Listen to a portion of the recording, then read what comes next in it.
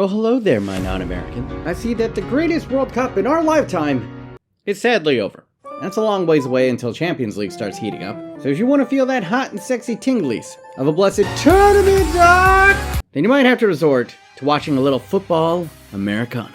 And even if you know nothing about the sport that y'all refer to as hand-egg ball, well, this video is still for you. As I, the Fat Asian, shall act as your cultural interpreter and will explain everything you need to know about the NFL playoffs by using footy terms. Tell you who are the Mbappes and Erling Haalands of the NFL while showing you dope clips of them. Explain who are the Man Cities and the Real Madrids of American football. And of course, give a few sleeper teams for all the cool kids in the back to root for. So welcome to a Clueless European's Guide to the NFL Playoffs. Wildcard Weekend Edition. Wildcard, bitches! Yeah!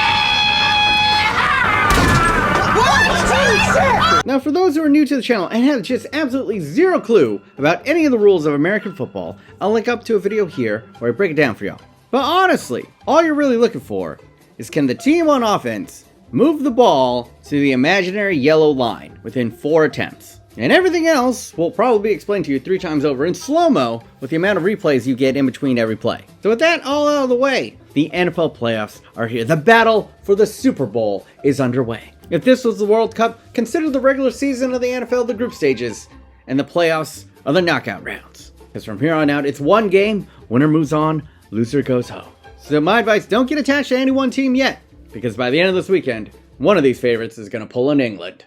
But let's start off with the easy analogy for many of you Euros to understand. And that is, who is the Lionel Messi of the NFL? And this one's an easy one. The Messi of the NFL is one Tom Brady. The comparisons are obvious. Both are now the unquestioned greatest to ever do it in their respective sports. And that's not hyperbole. It's just a silverware fact.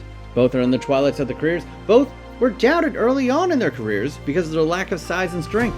And Messi just had his last dance World Cup to give him the fairy book ending that only Disney will be shameless enough to write for him. But here's the thing. Unlike Messi, we have no clue if this is Brady's last dance.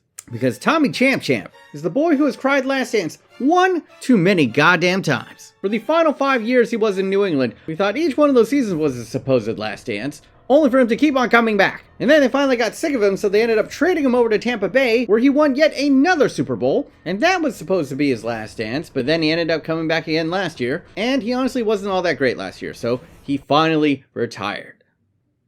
Only to come back again. And that is when his wife got fed up and said, hey, this better be your last dance, otherwise this is going to be our last dance. And TB12 said, baby, you and the family are important to me, but I'm coming back.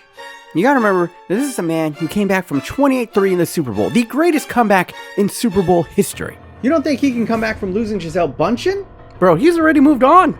Look at his new baddie. Knowing this man's drive, he's gonna win another ring without Gisele just to prove a point. If history has taught Americans anything over the last 2 decades, it's nothing important. We're stupid.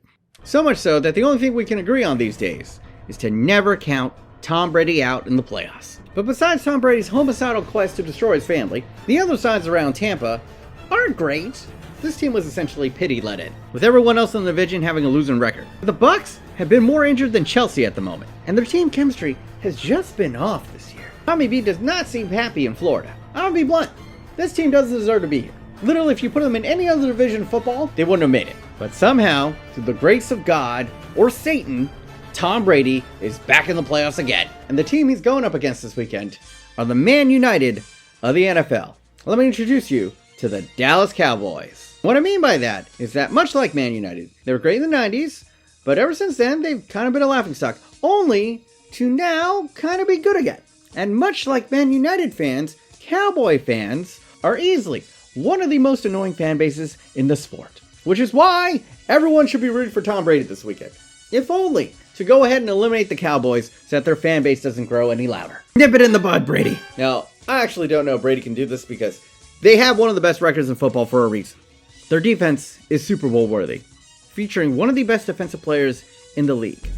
Micah Parsons is a defensive prodigy. Think Matthias de Ligt if de Ligt was actually good. At the age of 23, he might already be the best defensive player in the league. He's a freak athletically and has the skills to do it all. Destroy quarterbacks, cover tight ends, stuff the run, literally anything. He's like the creative player in Madden where you put all his skills up to 99. But The Cowboys have also been a laughingstock for a reason, because even when this team is good during the regular season, they are absolutely cursed when it comes to the postseason. So much so that Stephen A. Smith, you know, the guy from all the memes, he has made a career just shitting on Cowboys fans. I know the inevitable. They're going to fall. And they were playing the Tennessee Titans on Monday Night Football. I said they're going to lose tonight. And sure enough, they lost. I mean, they just snuck up the joint. And I'm like, they just never let me down.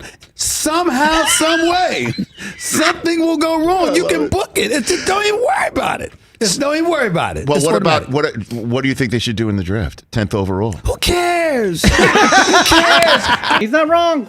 They never let him down. And they kind of have a bum for a head coach. So could a wounded Tampa Bay rally under the eternal might of Tom Brady? Stranger things have happened during Wildcard Weekend. Tune in Monday for that one. And now I'm going to pause here and maybe disappoint a couple of you guys, because I will not be talking about the two top seeds in the AFC and NFC in this video. And that is because the Kansas City Chiefs and the Philadelphia Eagles posted the best records in their respective conferences, which means they're not playing this week. They get a bye. So if you want to hear me dick ride Patrick Mahomes, well, you got to tune in next week. So turn on notifications for that. But moving on to who Vegas has as the next best odds to win the Super Bowl this year, and that is the Buffalo Bills. And for most neutrals, I would recommend Buffalo as a team for you to root for. Not only do they feature last year's MVP in Josh Allen, a quarterback with a laser-guided missile for an arm, and the size and athleticism to run over and sometimes jump over behemoth linebackers and defensive linemen. But as I've explained before on my other NFL videos, their fan base just loves putting themselves in the hospital. So if you, my European friend, love seeing Americans hurt themselves, then root for Bills Mafia to play deep into January. But I will say the downside to rooting for the Bills is they are essentially the Tottenham Hotspur of the NFL. Yeah, the Bills are that one team in the league, and no matter how much talent they have, no matter how good it looks, they just always end up the bridesmaid, never the bride. So to any of my Spurs fans watching this, I would say, yeah, root for Kansas City. But once again, that's next week, all right? We'll get to them later. But I will say this. Josh Allen has been looking a little bit more mortal lately. This team is extremely beat up, losing a lot of their best defensive talents. And because of all these injuries, Josh has been trying to play a little bit too much hero ball. And that has led to some mind-boggling turnovers. So could that open the door for maybe a sneaky Miami Dolphins team to come in and upset them? Probably not. Then with the next best Vegas odds, you have my hometown, San Francisco 49ers. And this team basically hit repeat on Spotify from last season. Much like last year, they started the season like ass. But then midway through, they found their identity, steadied the ship, and come to the playoffs the hottest team in the NFL. In fact, they are riding the longest win streak in the NFL, Coming in at 10. A World Cup has come and gone since last time the boys in gold and red have lost a game. And what's even crazier is they are down to their third string quarterback, the most important position in the NFL. The original starter, Trey Lance, is this hyper talented dude who they trade away every first round pick until 2024 to go ahead and acquire. And he shattered his leg week 2, ending a season. So from that point on, they had their starter from last season, the inconsistent but so handsome Jimmy GQ, manning the helm for half the season. And then all of a sudden he goes down in week 14 to a season-ending knee injury. This team should have folded twice already. But here's the craziest part of the story. Their third-string quarterback is playing better than Jimmy G or Trey Lance ever has. And to make it even more epic, this dude was labeled Mr.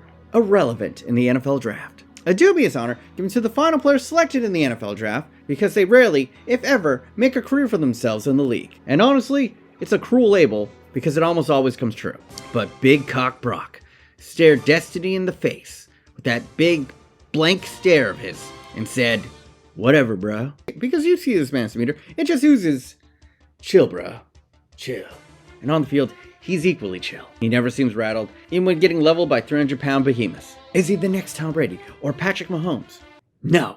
But the man just keeps on getting the job done. He keeps throwing tutties and racking up dubs, all the while looking like the best rookie quarterback in this draft class. He kind of reminds me of Harry Kane when he first burst onto the scene. You remember that? Like at the time, you couldn't tell that he was going to become the Harry Kane that he is now, or if he was going to be some flash in the pan like Andy Carroll. All you knew was this man kept on scoring.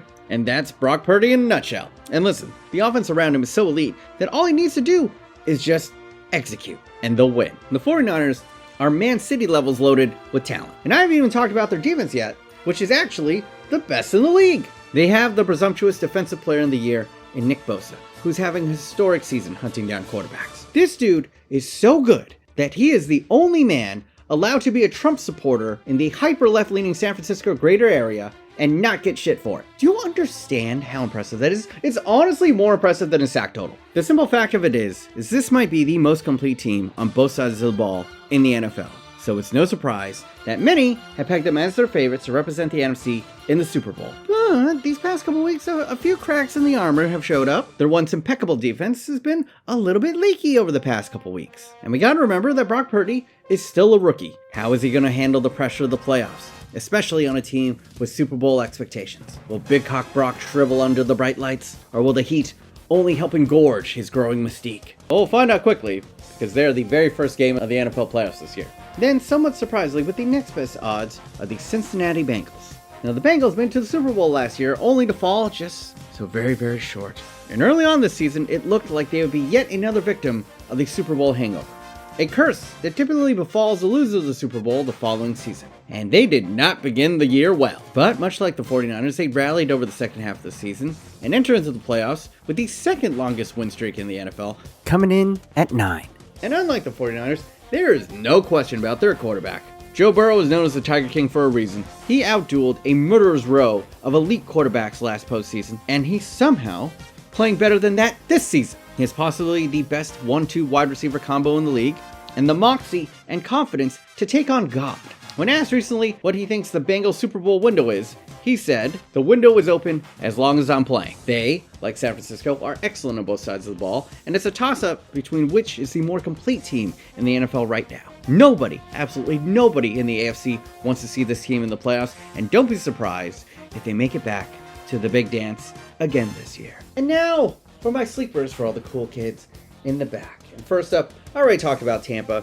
You know why. Simply, it's Tom Brady in the playoffs. You never count out Tom Brady in the playoffs. But secondly, I kind of want to talk about Minnesota, because they have an Erling Haaland level talent at wide receiver. And you probably know of him, because not only is he the reason why the gritty is in FIFA, he made his name by doing the gritty while scoring a touchdown in the National Football League. To put that in perspective, that would be like if Erling Haaland hit the gritty as he scored a header. Just shithousery worthy of the gods. But as for the Vikings as a team, there has just been fairy dust sprinkled on them all year, going a miraculous 11 out of 11 in one-score games, an NFL record. And because so many of their games were so razor tight, the pressure of the playoffs is going to be nothing to these guys. But, the big caveat here is as good as their offense can be, their defense is equally shit. Yeah, it's just been laughably bad. So I don't have a lot of faith that they can win it all, but I wouldn't be surprised if they make it to an NFC Championship game. As for all the other teams I haven't mentioned, I'm just going to say everyone else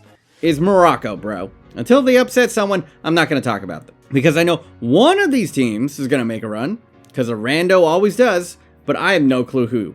So until then, I'm going to sit back, relax, and enjoy the chaos of Wildcard Weekend. So that is going to be my quickie rundown of the tournament Americans care more about than the World Cup. It's a fact. And yeah, check back next week when I'll give you an update on the divisional round. Thank you guys for watching. As always, I'd like to thank all my patrons keeping alive and well. And yeah, until next time, boys, America.